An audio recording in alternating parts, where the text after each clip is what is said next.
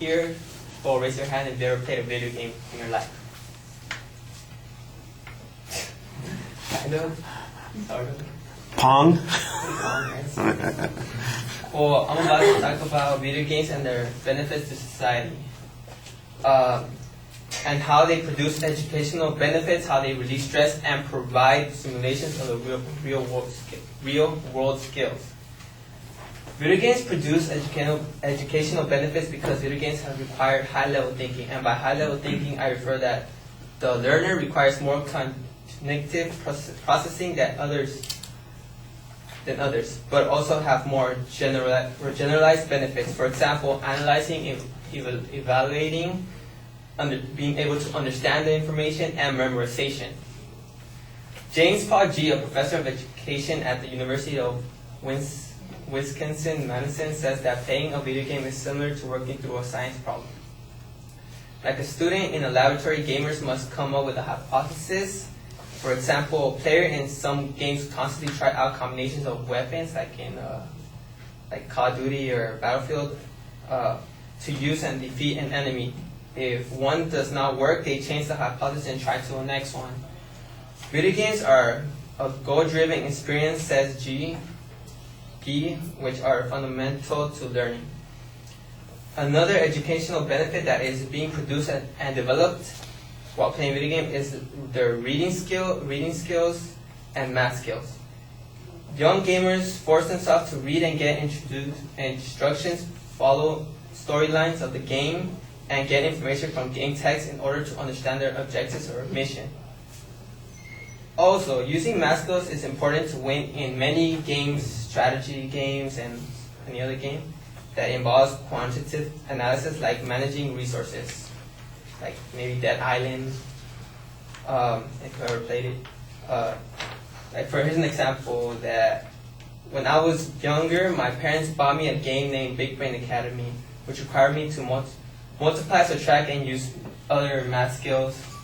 It also required me to read the instructions and follow up on every skill, because it would require reading, writing, and math skills. To get a higher score, and it also gives you a letter grade. Without me while playing the game, I never realized I was actually learning something. In addition to video games producing educational benefits, video games relieve one's stress. One of the ways video games relieve stress is by using the Wii Fit or the Kinect from Microsoft for the Xbox 360 to exercise. There are games that require movement to function. These systems have variety of things you can use to exercise, like for different people, not just specific people. For example, from yoga to dancing or to sports like basketball, bowling, and boxing. Another way people relieve stress with video games is the violent games people play in their daily. Actually, for example, Call of Duty, Battlefield, Resident Evil, and Grand Theft Auto. Because those games have things you do that you are not supposed to do in real life. Shoot people, steal, and kill random people in the street. In addition to the gameplay and another stress relievers while in addition to the gameplay of the violence, another stress reliever while in the gameplay is the crazy things you can say in the mic, or say in the mic, yeah. Because everybody yells crazy things in their headsets and to the players they are playing with, either with friends, random people nationwide, or in the world. Here's an example from Katie Mayers that she stated, "There's something cathartic about blasting the head of a mutated giant rat or fighting against a battalion of skeleton warriors instead of engaging in an activity that might actually hurt me or my liver. I'm simply at home blowing off steam by slashing my way through a horde of zombies with a chainsaw." Another thing video games do is that they provide simulations of the real world skills. The most well-known simulations are flight simulations, which attempt to mimic a reality of flying a plane. All of the control includes airspeed, wing angles, altimeter, and so on. And they are displayed for the player on the screen, as well as visual representative of the world, and are updated in real time. And there are other simulations like car simulations, that's another example. that teach you how to drive. Another real-world skill that video games teach you is logic. You get to manage resources that are limited and decide the best use of resources, the same way as in real life. This skill is honed on in strategy games such as SimCity, Age of Empire, and Railroad Tycoon. According to a researcher at the University of Rochester led by David Bavelier, a cognitive scientist, he stated that sometimes the player does this almost every second of the game, giving the brain a real workout. Games simulating stressful events such as those found in battle or action games could be a training tool for real-world situations. The study suggests that playing action video games primes the brain to make quick decisions. Video games can be used to train soldiers and surgeons.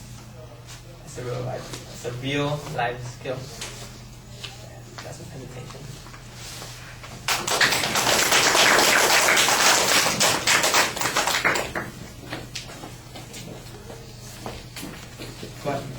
Thank you.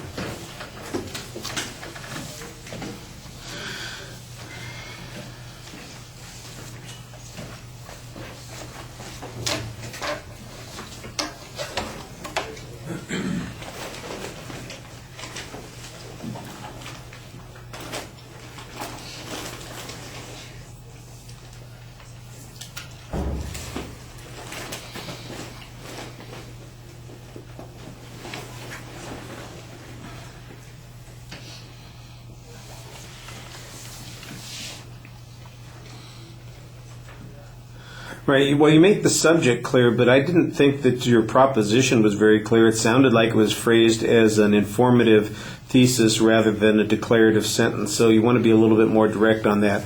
I could pick out secondary issues that you were talking about, but your primary way of signaling them is and another thing, and I think you need to have something that's more definitive to distinguish the claims. Two of the claims sounded like they are basically the same point being repeated in different places. You talk about educational benefits and then logic, and the proof for it both basically have to do with managing resources as illustrations. I thought that you explained the concepts pretty well on each of these points, and in a couple of places you gave some quotes that seemed to suggest and that experts had thought about some of these benefits, like, for instance, the educational benefits or the math skills. I did not necessarily find a lot of those things convincing. For instance, if there's some data that shows that people can read better because they play some of these games, or that they accelerate in their performance in math, I think that's the kind of stuff that you need to have to add to this. Otherwise, it seems very speculative, and you've got a theory here, but what you don't have is much proof for the theory to back it up. For example, on the stress reliever point, the only thing that you have is one person who talks about how they feel stress relief about cutting the heads off of a bunch of zombies, or chopping through a bunch of people like that. And well, that person's personal testimony is interesting. I'm not sure that that's necessarily a way to generalize about stress relief. And I suspect that you could find a lot of people who get stressed out because they're playing these games and they get worried about beating somebody else, and they, instead of it relieving their stress, it contributes to their stress. So you need to have some more objective ways of supporting those particular points. I thought you did an okay job citing the sources, and like I said, you had a lot of examples. What was missing is maybe some information that would help us use this to make more generalizations. There are a couple of problems with the delivery, terms or phrases that sounded a little bit awkward because you needed some more practice, or you needed to find out exactly how something is pronounced. That would enhance your credibility a little bit. And the conclusion seems quite abrupt. You were mostly relaxed during the presentation, then it just seems like it finishes and stops. The secondary issues, like I said, I think they could use some numerical signposting as well. All right, thank you.